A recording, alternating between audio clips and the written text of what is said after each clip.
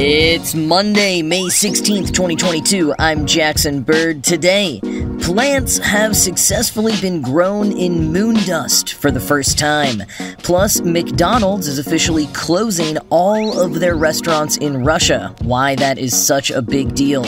A new site that will tell you how much your current home or one you're looking to buy is at risk of wildfires, and underwear that can protect you from STIs. Here's some cool stuff for your ride home.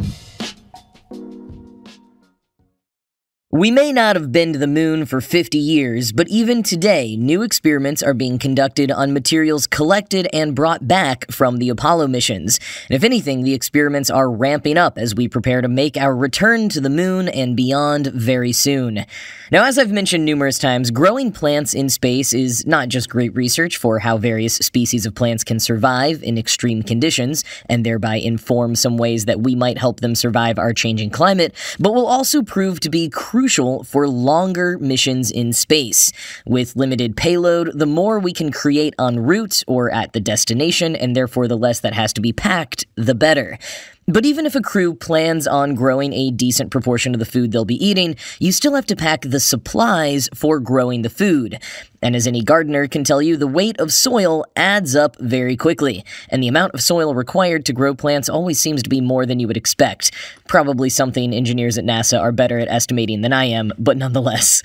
Hydroponics, that is, growing plants without soil using water-based nutrient solutions, is a great alternative, and one that NASA has explored a lot.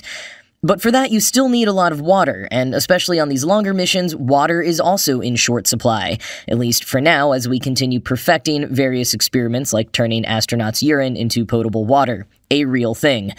But anyways, given the many different challenges to growing plants and the great necessity of doing so, a team of researchers from the University of Florida recently conducted an experiment to determine if plants could be grown in moon dust, aka lunar regolith. Using samples returned from the Apollo era, the researchers planted Thale cress seeds, a particularly well-studied flowering plant, and monitored their growth and health over several weeks. As a control for the lunar regolith samples, they also planted Thale cress seeds in a NASA-developed material called JSC-1A.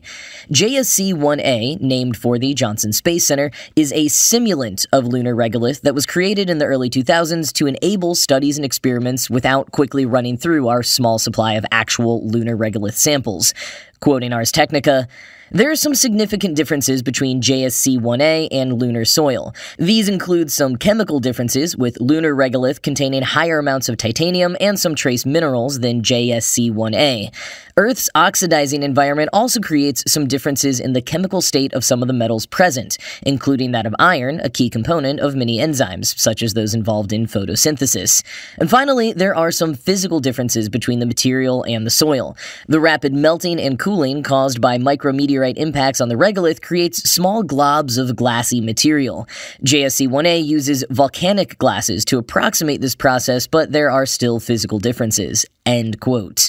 All of these differences between the best simulant and the real thing, let alone between natural soil on Earth and its counterparts on other space bodies, is what makes the question of whether we could grow plants in the local soil on other bodies such an open-ended one. As Ars points out, the native soil elsewhere has a different and complicated mix of minerals, organic compounds, and microbial life that plants that evolved on Earth may not be able to tolerate. And as Wired further explains of lunar regolith, quote, "The sand grains are dry, sharp, abrasive, and extremely fine. They have minerals and ions that Earth plants have never encountered before, and they have no organics whatsoever, because no plants have ever grown and then died and decomposed on the moon." End quote. So for this experiment, the researchers monitored the Thale cress seeds that they planted in both the lunar regolith and the JSC-1A simulant. All samples were given a nutrient solution that the team had finely tuned from prior experiments with JSC-1A. And for the first few days, all of the samples looked about the same, and the team was ecstatic that every single seed in the lunar regolith germinated. But about 6 days in, the moon seeds started struggling. Their growth slowed down, and they started showing signs of stress and ill health. Leaves became pigmented or shriveled up, and none of them grew as big as their JSC-1A counterparts. The team ran genetic tests on the plants and found that even the healthy-looking seedlings in the lunar regolith still showed signs of stress in their gene activity.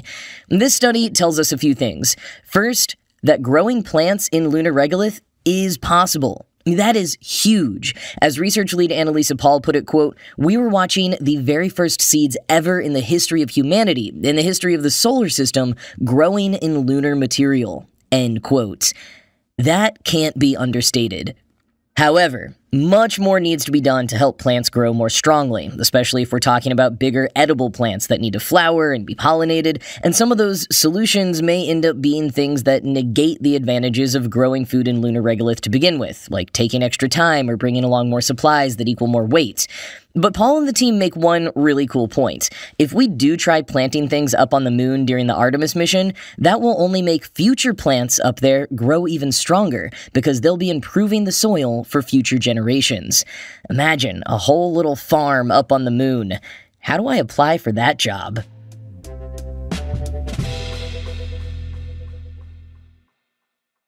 McDonald's has officially announced that it is pulling the plug on all of its restaurants in Russia. They'll be selling them to a local buyer, and the restaurants will not be allowed to use the McDonald's name, logo, branding, or menu. The company stated today that, quoting the Wall Street Journal, "Continued ownership of its businesses in Russia was no longer tenable nor consistent with its values, as well as posing practical and commercial challenges," end quote. Now, this comes after an announcement back in March that the mega corporation was temporarily closing 847 of its restaurants in Russia. Many Western companies have paused operations in Russia, but McDonald's is one of, if not the biggest, to announce that they will be fully ceasing operations. And it feels like a particularly big deal given the reception McDonald's got when they first opened their first restaurants in Russia in 1990, a move that was like the Big Mac that launched 1,000 think pieces. The most notable take at the time was from economist Thomas Friedman, whose so-dubbed Golden Arches theory of conflict prevention held that no countries that both have McDonald's in them could ever go to war with each other because, due to globalization and their now integrated economies, the cost of going to war would be too great to bear on both of them. Now, McDonald's was, of course, here a sort of stand-in for globalization in general. It was never meant to be like an ironclad causal thing, more of a symbol and noted correlation. The theory has always been criticized for being overly simplistic and optimistic, and various conflicts since the mid-90s have shown how inaccurate it is, but the big discussion of this theory over the years certainly puts a different hue on today's news. Even though the theory has never really held up, it does make McDonald's closing down in Russia after 3 decades feel a bit more ominous. It's not just the complete withdrawal of a major corporation from a nation that accounted for nearly 10% of its revenue last year, but perhaps a sign of the shakeup to come.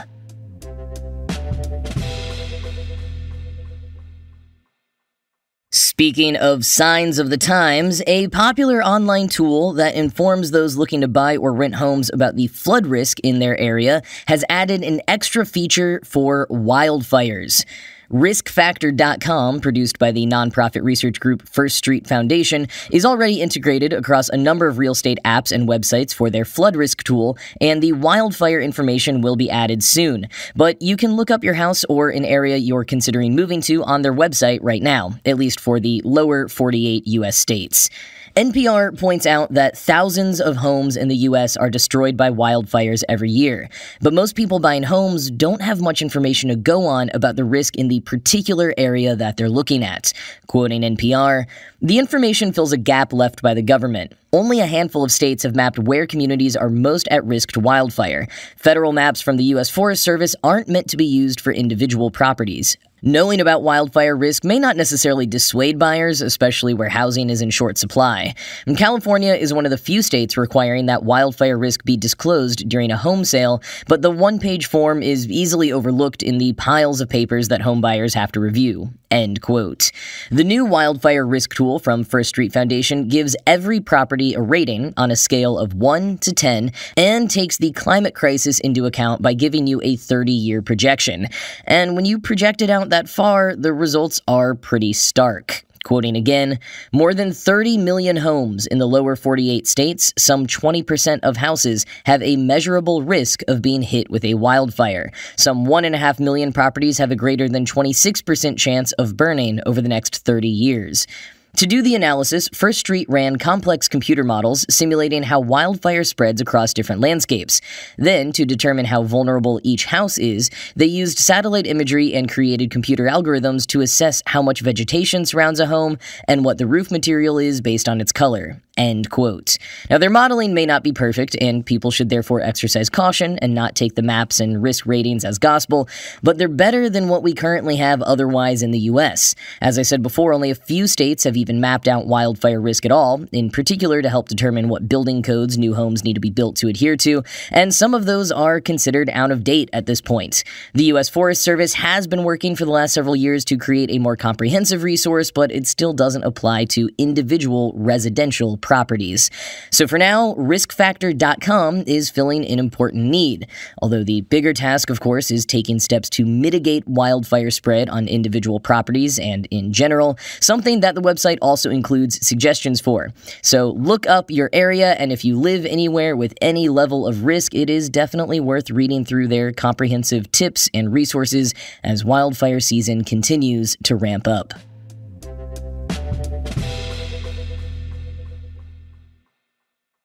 The U.S. Food and Drug Administration has just authorized the first ever set of underwear that can protect against sexually transmitted infections. So yes, this segment is going to be about sex. This is your heads up to skip ahead a couple of minutes or pop in your headphones if you're listening at work or around young ears or what have you. So, this is a first when it comes to underwear, and your first thought might be that wearing underwear is a little contradictory to engaging in activities that could cause STIs, which, totally depends, but in this case, the underwear is particularly meant to prevent the spread of infection during oral sex. Quoting the New York Times, infections like herpes, gonorrhea, and syphilis can be transmitted through oral sex, according to the Centers for Disease Control and Prevention. The risk of transmitting HIV from a vagina through oral sex is considered very low, the CDC said, but HPV, human papillomavirus, is more easily transmitted that way, and mouth and throat infections from some types of HPV may develop into oral or neck cancer, the agency said. How often people transmit infections in this manner is unclear and difficult to study because most people who have oral sex have vaginal or anal sex in the same encounter, said Dr. Kenneth Mayer, the medical research director for Fenway Health, a community health center in Massachusetts that focuses on patients who identify as LGBTQ. The only product previously authorized for protection during oral sex was a dental dam, a thin rectangular sheet of latex or sometimes polyurethane that typically must be held in place with one's hands to form a barrier. End quote. Dental dams, I didn't know until today, were actually invented in the mid-19th century to isolate teeth during certain dental procedures. They started being re-engineered for sexual protection during the AIDS crisis, in particular by an Australian company called Glide Health. Dental dams long ago got FDA authorization as a form of protection, but hardly anyone uses them because, well, as Dr. Gene Marazzo, director of the Division of Infectious Diseases at the University of Alabama at Birmingham, put it, quote, "Could there be anything less sexy than a dental dam?" End quote. They're also tough to find for sale outside of LGBT-geared shops and clinics. Even the CDC, recognizing how difficult it can be to find dental dams, has an instructional page on their website of how to create one by cutting up a condom. So enter Laurels, a single-use underwear created by Melanie Crystal in 2018. Laurels come in two styles, both vanilla-scented and made of latex. They're also gluten, chlorine, and paraben-free and vegan and cost $25 for a pack of 4. Right now, they only come in an opaque black, but based on customer feedback, a sheer version is forthcoming, and they're designed to form a seal on the inside of the thigh. And while just approved for preventing STIs, they can also be used for a range of other personal reasons. As Dr. Marazzo said, quote, "They have basically eroticized protection, which is something that condom companies have struggled with for years." End quote. True, but only for some people. While I have hope the product will continue to expand, right now the design and marketing is geared towards pretty feminine folks, which doesn't reflect all the people who could make use of this product. And even though it's more convenient and maybe a bit more seamless than using a dental dam, it's way more expensive and probably still going to be a tough sell for the majority of people out there. But a number of folks that the New York Times spoke to expressed that it ended up being something they didn't realize they had a need for, and they were surprised how much they liked it. So I think it's a cool and intriguing step forward with more use cases than I originally thought of, but probably not a revolutionary smash hit just yet.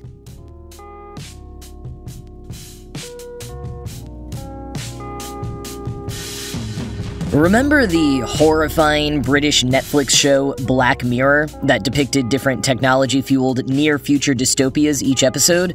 The last episode aired in 2019, and there have been a lot of jokes over the last couple of years that the lack of new Black Mirror episodes was because we have entered the Black Mirror universe, and we don't need new episodes because we're already living it. It turns out the delay in new episodes was actually due to creator Charlie Brooker leaving the production company that held the rights to the show, and like so many properties across media right now, it was left in limbo as various major companies bought and sold each other. But now, Netflix has confirmed that Season 6 is in the works. The show will remain an anthology show with 60-minute plus cinematic episodes, but no other details have been released just yet.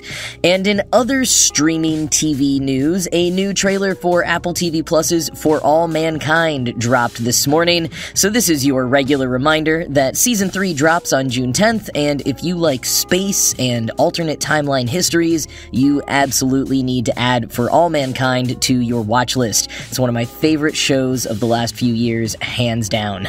But that is it from me for today. This show was produced by Ride Home Media. I'm Jackson Bird, and I will talk to you again tomorrow.